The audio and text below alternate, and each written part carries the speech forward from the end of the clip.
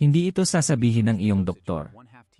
Bago tayo magpatuloy, narito ang eksaktong dami na kailangan mo. Para sa isang tasa ng kape, isa tasa, 240 ml ng itim na kape. Kalahati kutsarita ng bagong kudkod na luya. O kutsarita ng pulbos na luya. Kung susubukan mo ito sa unang pagkakataon, huwag gumamit ng higit sa isa kutsarita ng luya. Hindi ibig sabihin na mas marami ay mas mabuti. Sa katunayan, ang sobrang dami ay maaaring magbigay ng hindi ka nais-nais na lasa at makairita sa iyong sikmura. Ngayon, narito ang nakakagulat na bahagi. Milyon-milyong tao ang nagigising tuwing umaga at agad na umiinom ng isang tasa ng kape. Isa ito sa pinakasikat na ritual sa umaga sa buong mundo. May ilan na umiinom nito para magkaroon ng enerhiya. May ilan naman para manatiling alerto. At mayroon ding hindi makapagsimula ng araw ng walang kape. Ngunit kakaunti lamang ang nakakaalam kung ano ang maaaring mangyari kapag nagdagdag sila ng isang simpleng sangkap na ginamit na sa loob ng maraming siglo sa mga tradisyonal na pamamaraan ng kalusugan. Ang sangkap na iyon ay luya. At kapag pinagsama ang luya at kape bago mag-almusal, may mga kawili-wiling bagay na maaaring mangyari sa loob ng katawan. Sa loob lamang ng ilang minuto, nagsisimulang magtulungan ang mga natural na compound ng luya at kape. Pagkalipas ng humigit kumulang 30 minuto, maraming tao ang nagsasabing may napapansin silang pagbabago. May ilan na mas masigla ang pakiramdam. May ilan na nakakaranas ng mas kaunting kabag o bloating. May ilan ding nagsasabing mas mainit ang pakiramdam ng katawan, mas alerto, at mas nakapokus. At marami ang nagsasabing mas matagal silang nakakaramdam ng kabusugan sa buong umaga. Pero bakit? Ano nga ba ang nangyayari sa loob ng katawan? At sulit nga ba talaga ang kombinasyong ito ng luya at kape? Iyan mismo ang ating tatalakayin ngayon. Sa videong ito, matutuklasan mo kung ano ang maaaring mangyari sa unang 30 minuto matapos uminom ng kape na may luya bago mag-almusal. Malalaman mo kung bakit napakaraming tao ang nagdaragdag ng luya sa kanilang kape tuwing umaga. Matutuklasan mo rin ang mga posibleng benepisyo, mga karaniwang pagkakamali, at ang pinakamahusay na paraan ng paghahanda nito para sa pinakamagandang resulta. Higit sa lahat, malalaman mo kung sino ang dapat mag-ingat sa kombinasyong ito, at kung bakit hindi palaging mas mabuti ang mas marami. Kaya siguraduhin panoorin hanggang sa dulo dahil ang Kabanata 3 ay maaaring makapigil sa iyo sa pagkakamaling ginagawa ng libu-libong tao araw-araw. Bago tayo magsimula, maglaan ng sandali upang mag-subscribe sa channel, ibahagi ang video na ito sa iyong mga kaibigan at pamilya at magkomento sa ibaba ng Coffee at Luya. At sabihin sa amin kung saan ka nanonood ngayon. Palagi naming ikinatutuwa ang makita ang mga manonood mula sa iba't ibang bahagi ng mundo, at ang iyong komento ay tumutulong sa pagbuo ng isang komunidad ng mga taong interesado sa mga natural na paraan ng pangangalaga sa kalusugan at malusog na pagtanda. Ngayon, ihanda ang iyong kape, umupo ng komportable, at alamin natin kung ano talaga ang nangyayari kapag nagdagdag ka ng luya sa iyong kape bago mag-almusal. Ano ang nangyayari sa unang 30 minuto pagkatapos uminom ng kape na may luya bago mag-almusal? Ngayong alam mo na ang tamang dami ng luya na dapat gamitin, pag-usapan naman natin kung ano ang sinasabi ng maraming tao na nangyayari sa unang 30 minuto matapos uminom ng kape na may luya bago mag-almusal. Isipin mo ito. Nagising ka sa umaga. Wala pang laman ang iyong tiyan. Naghanda ka ng isang bagong timplang kape at nagdagdag ng kalahating kutsarita ng kinudkod na luya. Ininom mo ang unang lagok. Sa una, medyo kakaiba ang lasa kumpara sa ordinaryong kape. May mainit at bahagyang maanghang na pakiramdam mula sa luya. Wala namang bigla ang himalang nangyayari agad. Ngunit sa loob ng iyong katawan, may ilang proseso nang nagsisimulang maganap. Ang unang nangyayari sa iyong tiyan. Isa sa mga unang naapektuhan ay ang iyong digestive system o sistemang panunaw. Matapos ang isang buong gabing pagtulog, ang iyong digestive tract ay nakapagpahinga ng ilang oras. Kapag pumasok ang mainit na kape sa iyong tiyan, natural nitong pinasisigla ang aktibidad ng pagtunaw ng pagkain. Kilala ang kape sa pagpapakilos ng digestive system. Ito ang isa sa mga dahilan kung bakit maraming tao ang nakararamdam ng pagnanais na magbanyo ilang sandali matapos uminom ng kanilang kape sa umaga. Ngayon, idagdag natin ang luya sa usapan. Ang luya ay naglalaman ng mga natural na compound na tinatawag na gingerols at shogols. Ang mga compound na ito ang nagbibigay ng kakaibang lasa ng luya at marami sa mga tradisyonal na gamit nito. Sa loob ng daan-daang taon, ginagamit ang luya upang makatulong sa paminsan-minsang pananakit ng tiyan at upang suportahan ang maayos na pagtunaw ng pagkain. Habang naaabot ng luya ang iyong tiyan, maraming tao ang nagsasabing nakakaramdam sila ng banayad na init sa loob ng katawan. May ilan pa ngang nagsasabing mas kaunti ang kanilang kabag o bloating kumpara kapag kape lamang ang kanilang iniinom. Kung madalas kang magising na mabigat ang pakiramdam matapos ang isang gabing maraming nakain, maaaring ito ang isa sa mga dahilan kung bakit naging popular ang kape na may luya. Siyempre, magkakaiba ang bawat katawan. Hindi lahat ay magkakaroon ng eksaktong parehong karanasan. Ngunit maraming tao ang nasisiyahan sa pakiramdam ng pagsisimula ng araw sa isang inuming mainit, nakapagpapasigla at nagbibigay ginhawa. Mula ika-5 hanggang ika-10 minuto, nagsisimula ang pagsasama ng luya at kape.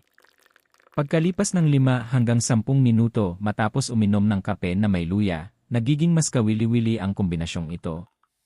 Ang kape ay naglalaman ng caffeine. Alam na ng karamihan kung ano ang ginagawa ng caffeine. Nakakatulong ito upang maging mas alerto. Nakakatulong ito sa konsentrasyon. At maaari nitong mabawasan ang pakiramdam ng pagkapagod. Ito ang dahilan kung bakit milyon-milyong tao ang umaasa sa kape upang simulan ang kanilang araw. Ngunit may ibang naiaambag ang luya. Sa halip na magbigay ng stimulation tulad ng caffeine, madalas na iniugnay ang luya sa suporta sa sirkulasyon ng dugo at sa digestive system. Isipin ito sa ganitong paraan. Ang kape ang parang alarm clock. Ang luya naman ang katuwang na tumutulong sa katawan na maghanda para sa buong araw. Magkasama, nakabubuo sila ng inuming pang-umaga na para sa marami ay mas kasiyasya kaysa sa kape lamang. May ilan pa ngang nagsasabing dahil sa maanghang at mainit na lasa ng luya, pakiramdam nila ay mas matapang ang kanilang kape kahit hindi naman nadagdagan ang caffeine nito. Mula ika-10 hanggang ika-15 minuto, ang enerhiyang napapansin ng marami. Dito nagsisimulang mapansin ng maraming tao ang mga pagbabago. Humigit kumulang 10 hanggang 15 minuto matapos maubos ang kanilang inumin, nagsisimula ng tumaas ang antas ng caffeine sa dugo. Maaaring magsimula na ang pamilyar na pakiramdam ng pagiging mas alerto. Mas gising ang iyong mga mata. Mas malinaw ang iyong pag-iisip. Mas handa kang magtrabaho, mag-ehersisyo, o harapin ang mga gawain sa araw-araw. Ngayon, narito ang isang kawili-wiling obserbasyon. Maraming umiinom ng kape na may luya ang nagsasabing mas banayad at mas balanse ang enerhiyang kanilang nararamdaman. Sa halip na pakiramdam na para silang biglang tinulak palabas ng kama dahil sa caffeine, mas madalas nilang inilalarawan ito bilang isang mas maayos at komportableng paggising. Patuloy pa ring pinag-aralan ng mga siyentipiko kung paano nagtutulungan ang iba't ibang compound ng pagkain sa loob ng katawan. Ngunit para sa marami, sapat ng dahilan ang magandang pakiramdam na dulot ng kombinasyong ito. Ito ang isa sa mga dahilan kung bakit naging paboritong morning routine ng napakaraming tao sa buong mundo ang kape na may luya. Mula ika-15 hanggang ika-20 minuto ang pakiramdam ng init. Habang lumilipas ang oras, may isa pang sensasyong maaaring mapansin. Ang init. Matagal nang iniugnay ang luya sa pagbibigay ng pakiramdam ng init sa katawan. Hindi ito nangangahulugan na bigla ang tataas ng malaki ang temperatura ng iyong katawan. Sa halip, maraming tao ang nagsasabing nakakaramdam sila ng kaaya-ayang init at ginhawa. Sa malamig na umaga, lalo itong nakatutulong upang maging mas komportable ang pakiramdam. May ilan pang nagsasabing mas handa silang kumilos pagkatapos magising dahil sa banayad na init na ito. Maging ito man ay paghahanda para sa trabaho, paglalakad sa umaga, o paggawa ng mga gawaing bahay, marami ang naa-appreciate ang pakiramdam na ito. Mula ika-20 hanggang ika-25 minuto, ano ang nangyayari sa kabag at bigat ng pakiramdam? Pag-usapan natin ang isang bagay na nararanasan ng maraming tao, ngunit bihirang pag-usapan. Ang bloating o kabag sa umaga. Nagising ka. Pakiramdam mo ay puno ang iyong tiyan. Masikip ang iyong puson. At mabigat ang buong katawan. Maaaring mangyari ito dahil sa maraming dahilan, kabilang ang sobrang pagkain sa gabi, maalat na pagkain, o normal na proseso ng pagtunaw ng pagkain. Bagamat hindi himalang lunas ang kape na may luya, maraming tao ang nagsasabing mas magaan ang kanilang pakiramdam matapos itong inumin. Tradisyonal na ginagamit ang luya upang suportahan ang komportableng pagtunaw ng pagkain, kaya naman nananatili itong isa sa pinakasikat na pampalasa sa mga wellness practices sa buong mundo. Kapag pinagsama sa stimulating effect ng kape, may ilang tao na nakararamdam na mas aktibo at mas komportable ang kanilang digestive system. Muli, magkakaiba ang magiging resulta para sa bawat tao. Ngunit ito ang isa sa mga pangunahing dahilan kung bakit ipinagpapatuloy ng marami ang ugaling ito. Mula ika-25 hanggang ika-30 minuto, ang nakakagulat na pagbabago sa isipan. Ngayon, narating na natin ang ika-30 minuto. Dito madalas napapansin ng maraming tao ang pinakamalaking pagkakaiba. Ang pagiging handa sa pag-isip. Hindi lamang pisikal na enerhiya. Hindi lamang pakiramdam ng pagiging gising. Kundi ang pakiramdam ng pagiging handa. Handang mag-focus. Handang magtrabaho. Handang mag-ehersisyo. Handang harapin ang buong araw. Para sa ilan, ang pakiramdam na ito ay nagmumula sa caffeine. Para naman sa iba, maaaring ito ay dahil sa simpleng ritual na kanilang ginagawa tuwing umaga. Pagkatapos ng lahat, ang malusog na gawain sa umaga ay may malaking epekto sa ating pag-isip. Kapag sinisimulan mo ang araw ng may layunin, mas malaki ang posibilidad na makagawa ka rin ng mas mabubuting desisyon sa buong araw. At iyan ang bagay na madalas nakakaligtaan ng marami. Minsan, ang pinakamalaking benepisyo ay hindi lamang kung ano ang nasa tasa, kundi ang ugaling kasama nito. Isang ugali na naghihikayat ng pagiging maingat at mulat. Isang ugali na naghihikayat ng pagiging consistent. At isang ugali na naghihikayat na simulan ang araw ng may malinaw na layunin. At simula pa lamang iyan. Dahil mas nakakagulat pa ang maaaring mangyari kapag naging regular na bahagi ng iyong morning routine ang pag-inom ng kape na may luya. Sa susunod na bahagi, tatalakayin natin ang mga pangmatagalang benepisyong iniulat ng maraming tao kapag palagi nilang iniinom ang kape na may luya tuwing umaga. Ang nakakagulat na mga benepisyong nararanasan ng mga taong ginagawang bahagi ng kanilang umaga ang kape na may luya. Ngayong natalakay na natin kung ano ang maaaring mangyari sa unang 30 minuto, pag-usapan naman natin ang mga bagay na napapansin ng maraming tao kapag naging regular na bahagi ng kanilang umagang gawain ang pag-inom ng kape na may luya.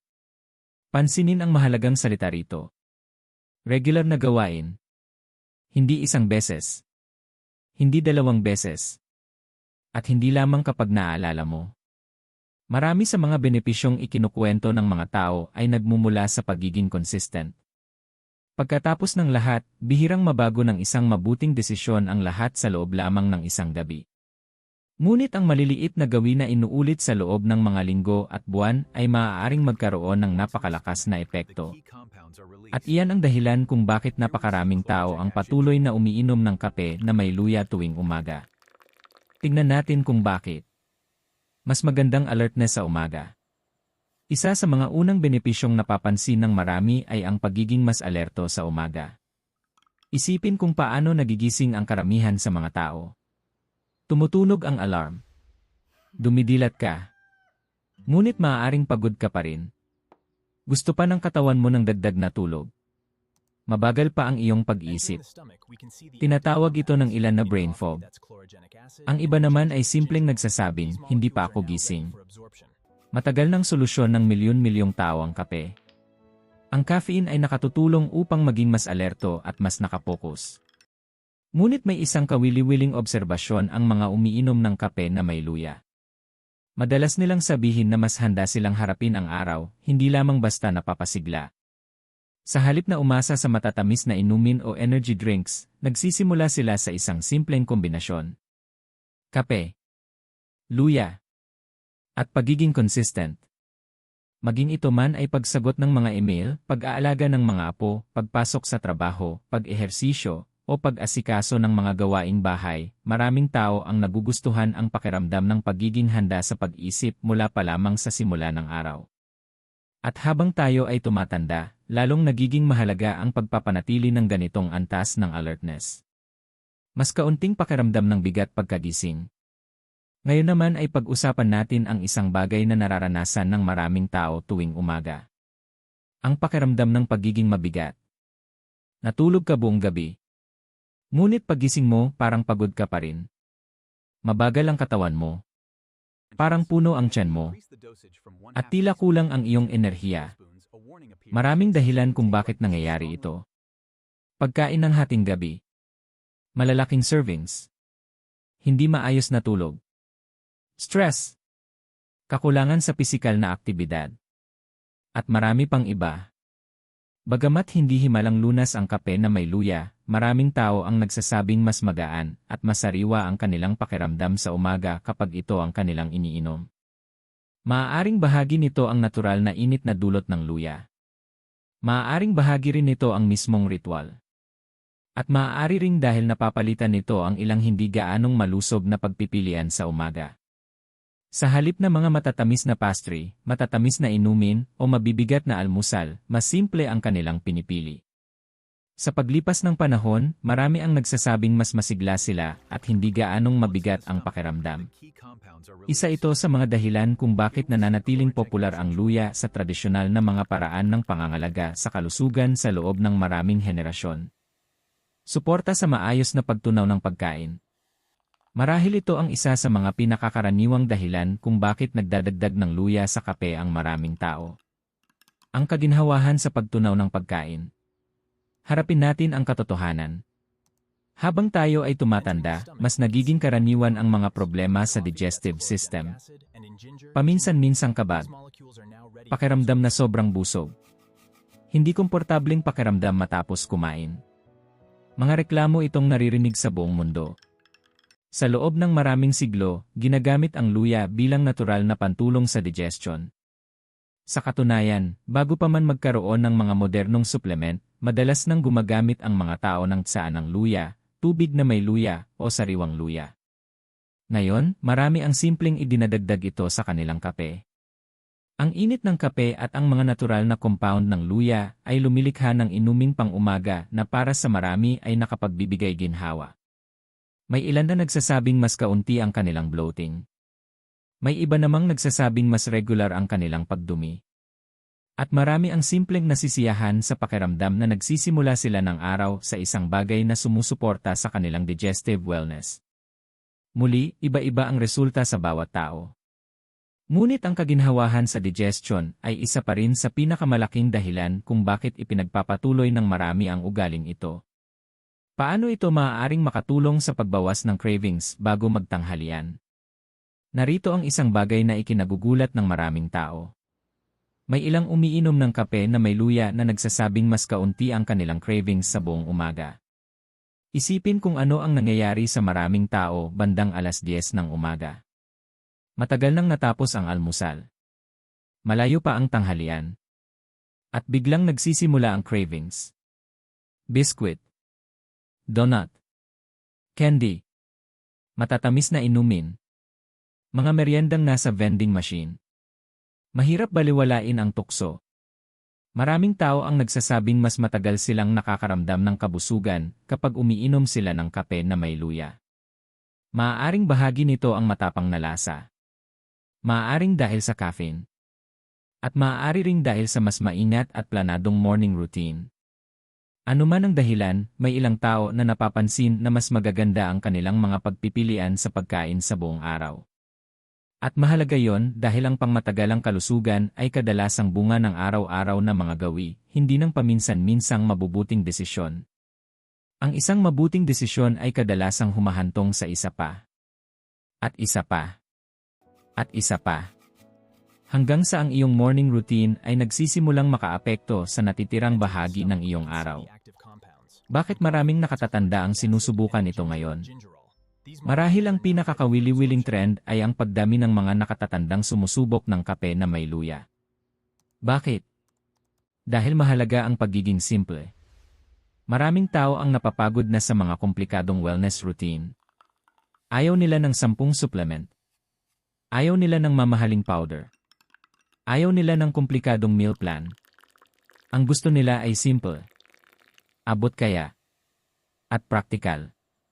At iyan mismo ang iniaalok ng kape na may luya. Bahagi na ng kanilang umaga ang kape.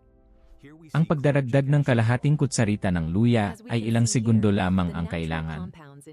Walang komplikadong paghahanda. Walang espesyal na kagamitan.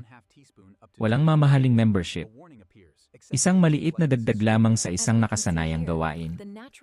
Marami ring nakatatanda ang nagtitiwala sa luya dahil ginagamit na ito sa mga tradisyonal na kultura sa loob ng maraming siglo. Matagal bago nagkaroon ng social media trends, ginagamit na ang luya sa mga kusina at mga simpleng home remedies sa iba't ibang bahagi ng mundo. At ang mahabang kasaysayang iyon ay nagbibigay ng kumpiyansa sa maraming tao. Hindi dahil ito ay isang himalang sangkap, kundi dahil napatunayan na nito ang halaga nito sa paglipas ng panahon. Ang tunay na sikreto sa likod ng mga benepisyo. Bago tayo magpatuloy, may isang napakahalagang bagay kang kailangang maunawaan. Ang pinakamalaking benepisyo ay maaaring hindi ang kape, at maaaring hindi rin ang luya. Maaaring ito ay ang pagiging consistent. Ang mga taong kadalasang nagsasabing nakaranas sila ng pinakamagagandang resulta ay hindi naghahanap ng agarang pagbabago. Hindi sila naghahanap ng himalang lunas. Sa halip, gumagawa lamang sila ng isang maliit, ngunit positibong desisyon tuwing umaga. Araw-araw. Linggo-linggo. Buwan-buwan. At sa paglipas ng panahon, ang maliliit na desisyong iyon ay naiipon at nagdudulot ng malaking pagbabago. Ganyan nabubuo ang matitibay na gawi. Ganyan nagiging lifestyle ang isang simpleng routine. At iyan ang dahilan kung bakit maraming tao ang patuloy na umiinom ng kape na may luya kahit matagal nang lumipas ang excitement ng unang pagsubok nila rito. Ngunit bago mo ito gawing pang-araw-araw na ugali, may ilang mahahalagang pagkakamali kang dapat iwasan. Dahil ang sobrang dami ng luya, pag-inom nito sa maling oras, o hindi pagbibigay pansin sa ilang kondisyon sa kalusugan ay maaaring magdulot ng problema sa halip na benepisyo. Sa susunod na bahagi, ibubunyag natin ang pinakamalalaking pagkakamaling ginagawa ng mga tao sa pag-inom ng kape na may luya, kung sino ang dapat mag-ingat, at ang pinakaligtas na paraan upang masiyahan sa sikat na inuming ito tuwing umaga. Ang pinakamalalaking pagkakamali, mga posibleng panganib, at ang pinakamainam na paraan ng pag-inom ng kape na may luya. Sa puntong ito, malamang na nauunawaan mo na kung bakit napakaraming tao ang nagdadagdag ng luya sa kanilang kape tuwing umaga. Simple ang kombinasyon. Abot kaya ito. Madali itong ihanda. At maraming tao ang nasisiyahan sa pakiramdam na dulot nito. Ngunit narito ang isang bagay na hindi sinasabi ng karamihan sa mga video. Dahil lamang natural ang isang bagay ay hindi ibig sabihin na mas marami ay mas mabuti. Sa katunayan, ang ilan sa pinakamalalaking pagkakamali sa pag-inom ng kape na may luya ay maaaring tuluyang makasira sa buong karanasan.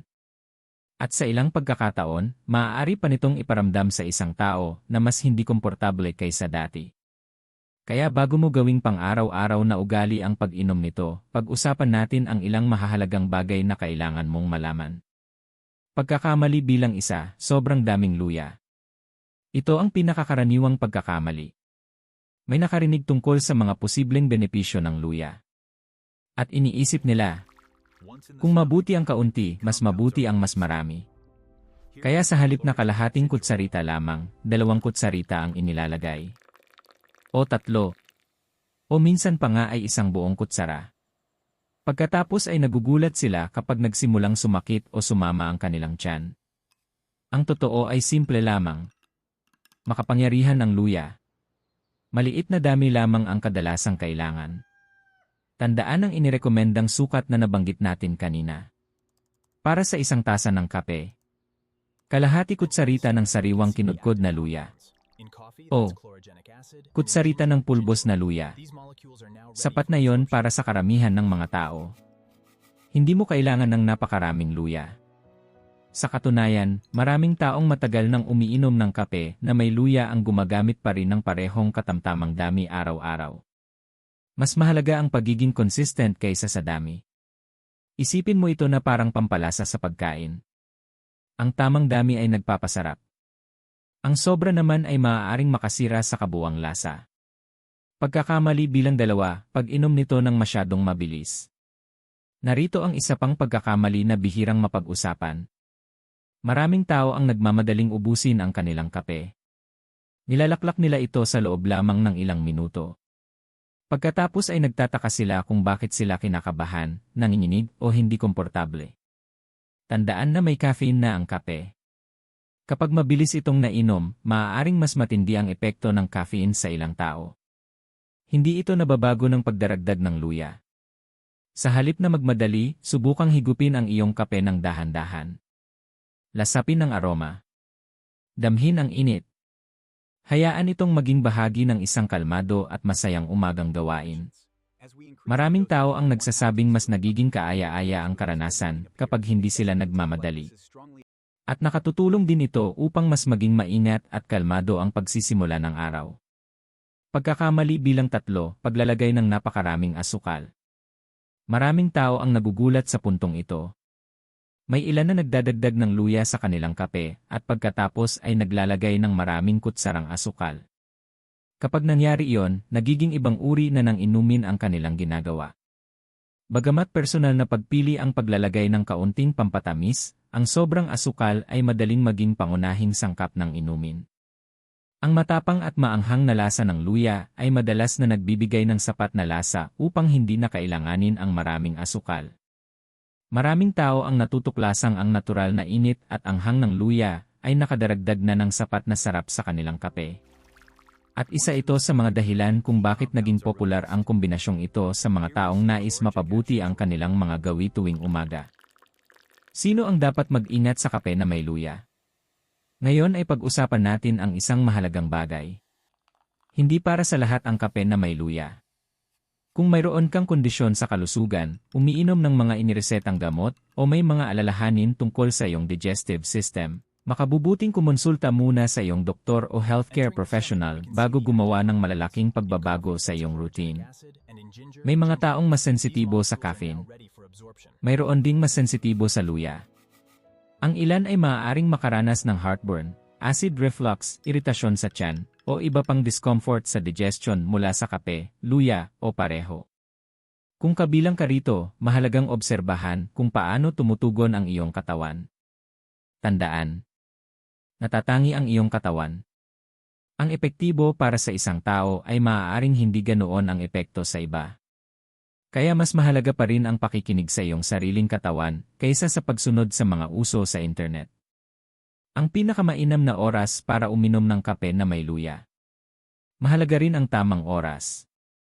Karamihan sa mga taong nasisiyahan sa kape na may luya ay iniinom ito sa umaga. Bakit? Dahil doon ito natural na bumabagay sa kanilang pang-araw-araw na gawain. Ang pag-inom nito ng mas maaga sa araw ay nagbibigay rin ng sapat na oras para maproseso ng katawan ang caffeine. Napapansin ng maraming tao na kapag uminom sila ng caffeinated beverages sa hapon o gabi, maaari itong makaapekto sa kanilang tulog. At alam nating lahat na ang maayos na pagtulog ay isa sa pinakamahalagang pundasyon ng mabuting kalusugan. Kaya naman nananatiling pinakapopular ang pag-inom nito sa umaga. Tugma ito sa natural na pangangailangan ng katawan para sa enerhiya. Madaling isama sa kasalukuyang routine. At nagbibigay daan upang ma-enjoy ang inumin nang hindi nag-aalala sa epekto ng caffeine bago matulog. Ang ideal na recipe ng kape na may luya. Panatilihin natin itong simple. Narito ang recipe na ginagamit ng maraming tao. Mga sangkap. 1 tasa ng itim na kape, kalahati kutsarita ng sariwang kinudkod na luya. O kutsarita ng pulbos na luya. Paraan ng paghahanda. Ihanda ang iyong kape gaya ng nakasanayan. Idagdag ang luya. Haluing mabuti. Hayaan itong nakababad ng 1 minuto. Pagkatapos ay inumin at lasapin. Iyon lang. Walang mamahaling sangkap. Walang komplikadong paghahanda. Walang espesyal na kagamitan. Simple. Abot kaya. Praktikal. Minsan, ang pinakamagagandang routine ay ang pinakamadaling panatilihin. Gaano kadalas mo ito dapat inumin? Isa ito sa mga pinakakaraniwang tanong ng mga tao. Dapat ba itong inumin araw-araw? Ang sagot ay depende sa bawat tao. Marami ang umiinom nito araw-araw. Ang iba naman ay ilang beses lamang sa 1 linggo. Ang pinakamahalaga ay ang pagbibigay pansin sa iyong nararamdaman. Ang mga malusog na gawi ay hindi tungkol sa pagpilit sa sarili na gawin ang isang bagay araw-araw kahit hindi ito angkop sa iyo. Tungkol ito sa paghahanap ng bagay na angkop sa iyong katawan at pamumuhay. Kung nasisiyahan ka rito at wala kang nararanasang problema, maaari itong maging bahagi ng iyong regular na routine. Kung hindi mo naman ito gusto, wala ring dahilan upang pilitin ang sarili. Ang kalusugan ay hindi tungkol sa pagiging perpekto. Ito ay tungkol sa pagiging pangmatagalan at napapanatili. Ang pinakamahalagang aral na madalas nakakaligtaan. Matapos ang lahat ng ating napag-usapan ngayon, may isang aral na higit na namumukod tangi. Walang himalang inumin. Hindi kape na may luya. Hindi green tea. Hindi lemon water. At hindi rin anumang trending na inumin na nakikita mo online. Ang tunay na kalusugan ay nabubuo sa pamamagitan ng araw-araw na mga gawi. Sapat na tulog. Regular na paggalaw at ehersisyo. Maayos na pamamahala ng stress. Balansing pagkain. Sapat na pag-inom ng tubig. At paggawa ng maliliit ngunit positibong desisyon ng tuloy-tuloy. Maaaring isa ang kape na may luya sa mga desisyong iyon. Isang simpleng ritual sa umaga. Isang kaaya-ayang ugali. Isang masarap na paraan upang simulan ang araw. Ngunit pinakamainam itong gumagana kapag bahagi ito ng mas malawak na malusog na pamumuhay. At iyan ang katotohanang bihirang marinig ng karamihan. Dahil ang tunay na sikreto ay hindi nakatago sa isang pampalasa. Hindi rin ito nakatago sa isang butil ng kape. Nakatago ito sa pagiging consistent. Sa maliliit na desisyon na inuulit araw-araw. Doon nang gagaling ang pangmatagalang resulta. Ngayon na alam mo na kung ano ang maaaring mangyari sa unang 30 minuto, ang mga benepisyong iniulat ng maraming tao sa paglipas ng panahon at ang mga pagkakamaling dapat iwasan, mas handa ka nang magpasya kung karapat-dapat bang maging bahagi ng iyong morning routine ang kape na may luya.